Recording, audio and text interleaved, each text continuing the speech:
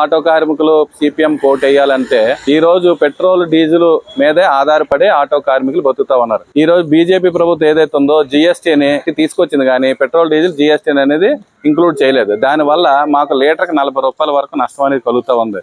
ఈ diesel petrol గురించి ఏ party వాళ్ళు కూడా పార్లమెంట్లో ఎటువంటి మాటలు కూడా మాట్లాడలేదు.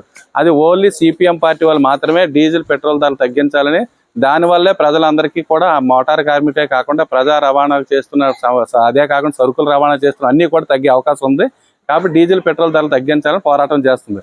అంతేకాకుండా మన పక్క రాష్ట్రం కేరళలో చూసుకున్నప్పుడు మోటార్ ఆటో కార్మిక వెల్ఫేర్ బోర్డు ఏర్పడింది. అక్కడ సిపిఎం పార్టీ అధికారులు ఉంది కాబట్టి కార్మికుల కోసం ఆలోచించి వాళ్ళకి వెల్ఫేర్ బోర్డు అనేది ఏర్పాటు చేసింది.